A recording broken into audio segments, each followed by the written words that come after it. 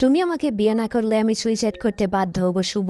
নকশূন্য একটা রেস্টুরেন্টে বসে কথাটা বলে উঠলাম আমি শুভকে। আর শুভ আমার কথা শুনে আমার হাত শক্ত করে ধরে বলল, এসব কি বলছো তুমি রোজা? বললাম, যা বলছি ঠিকই বলছি, তুমি আমায় বিয়ে না করলে আমি সুইসাইড করে নেব। এই বলে কেঁদে দিলাম আমি। শুভ বলল, পাগলি কাঁদছো কেন? তোমায় আমি বিয়ে করব। বললাম, কাঁদবো না? তুমি কেন বুঝতে পারছো না? বাবা আমার বিয়ে ঠিক করেছে, কিন্তু এই বিয়ে আমি কিছুতেই করতে পারবো না, কারণ আমি তোমায় ভালোবাসি, আর তোমার জায়গায় অন্য কাউকে মেনে নেওয়া আমার পক্ষে সম্ভব না। শুভ বলল, সব বুঝতে পেরেছি, কিন্তু এই মুহূর্তে তো আমি প্রতিষ্ঠিত নই।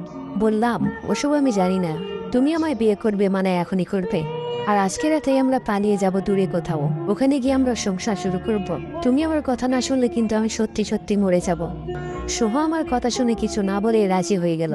আমি শুভর কথা শুনে চোখের পানি মুছে শুভর হাত জড়িয়ে ধরে চুমু দিয়ে বললাম, এখন আর কেউ আমাদের আলাদা করতে পারবে না শুভ। শুভ আমার কথা শুনে শুধু হালকা হাসলো। কথা মতো রাতের বেলা পরিবারের সব মায়া ত্যাগ করে ভালোবাসার মানুষের হাত ধরে পালিয়ে গেলাম আমি। আমার বাড়িতে শুধু একটা রেখে গেলাম চিঠি। জানি বাড়ির সবাই আমার উপর খুব রাগ করবে, কিন্তু তারপরেও সব মায়া ত্যাগ করে চলে আসলাম আমি। কথা অনুযায়ী শুভ আর আমি বাড়ি থেকে পালিয়ে ট্রেনে করে চলে গেলাম অজানা গন্তব্যে, যেখানে আমার আর শুভর মাঝখানে অন্য কেউ থাকবে না। রাজশাহী ছেড়ে ঢাকার উদ্দেশ্যে পা বাড়িয়েছিলাম আমরা। সারারাত শুভর বুকে জড়িয়ে পার করে দিলাম আমি। এদিকে শুভ সারারাত শুধু ভেবেই গেল কি করবে এখন। আমরা ঢাকায় পৌঁছে কাজী অফিসে গিয়ে বিয়ে করে ফেললাম। তারপর ছোট্ট একটা রুম ভাড়া নিয়ে শুরু করলাম শুভ আর রোজার সংসার। প্রথম 1 বছর আমাদের চলতে প্রচুর কষ্ট হয়েছে, কিন্তু শুভর ভালোবাসার কোনো কমতি ছিল না।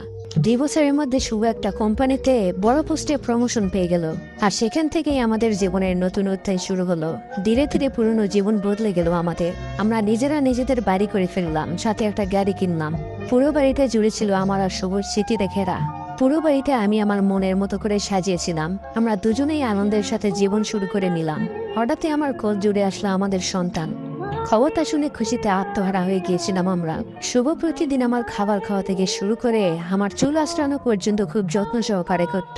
শুভর ভালোবাসা পেয়ে নিজেকে খুব ধন্য মনে হতো আমার। আমরা রোজ গাড়ি করে ঘুরতে যেতাম, এটা ছিল আমাদের ডেইলি রুটিনের মধ্যে একটি। দেখতে দেখতে পার হয়ে গেল 10 মাস। আমাদের কোল জুড়ে আসলে একজন কন্যা সন্তান। শুভর নাম রেখেছিল নূর। তারপর থেকে শুরু হলো আমাদের জীবনের নতুন গল্প। নূরের যখন 2 বছর বয়স, হঠাৎ একদিন ফোন আসলো শুভ অ্যাক্সিডেন্ট করেছে। কথাটা শুনে মুহূর্তের মধ্যে পুরো জীবনটা এলোমেলো হয়ে গেল।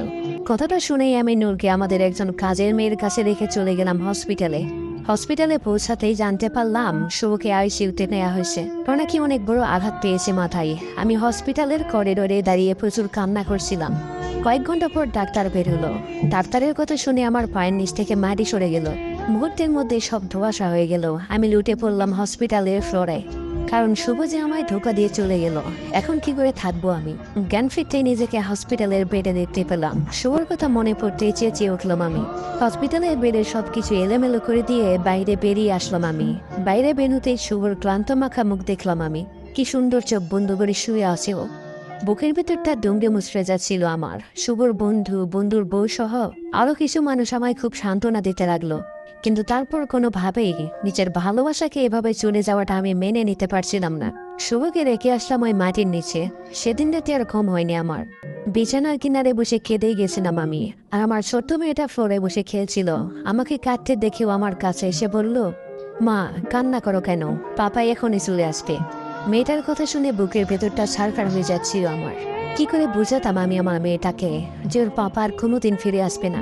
মেয়েটাকে বুকে জড়িয়ে ধরে সারা রাত কেঁদেই পার করে দিলাম। প্রচন্ড বেগে খারাপ সময় কেটে গেল আমার। ধীরে ধীরে নিজেকে শক্ত করে নিলাম আমি। শুরু করলাম মেয়েটাকে নিয়ে নতুন একটা জীবন। ধীরে ধীরে সবকিছু স্বাভাবিক হয়েছিল। তারপরেও শুভর স্মৃতি কিছুতেই ভুলতে পারলাম না। অবশ্য আমি ভুলতেও চাইনি। শুভকে ছাড়াই শুভর স্মৃতি নিয়ে পার করে দিলাম প্রায় 30টা বছর। আজ আমি মৃত্যুসর চাই। মেয়েটাকেও বড় করে বিয়ে দিয়ে দিলাম। এখন সব ঠিকই আছে, সবাই সুখী। আর আমি এখন শুভর কাছে চলে গিয়ে আবারও সুখের জীবন শুরু করব। জানো শুভ, আজ নূর কতটা বড় হয়ে গেছে। আজকে ওর বিয়ে, ওকে ওর ভালোবাসার মানুষের সাথে বিয়ে দিচ্ছি। তুমি খুশি তো? তোকে দেখতেও না একদম তোমার মতো হয়েছে। আমি জানি আমার কাছে খুব বেশি সময় নেই। আমিও তোমার কাছে আসছি শুভ।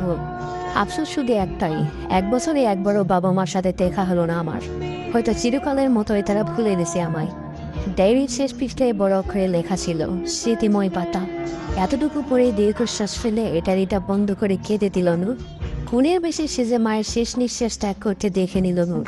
চারিদিকে কান্নার রোল ভরে গেল। আর এখানেই শেষ হলো শুভ আর রুচার ভালোবাসার গল্প। গল্পটা ভালো লাগলে অবশ্যই কমেন্ট করে জানাবেন।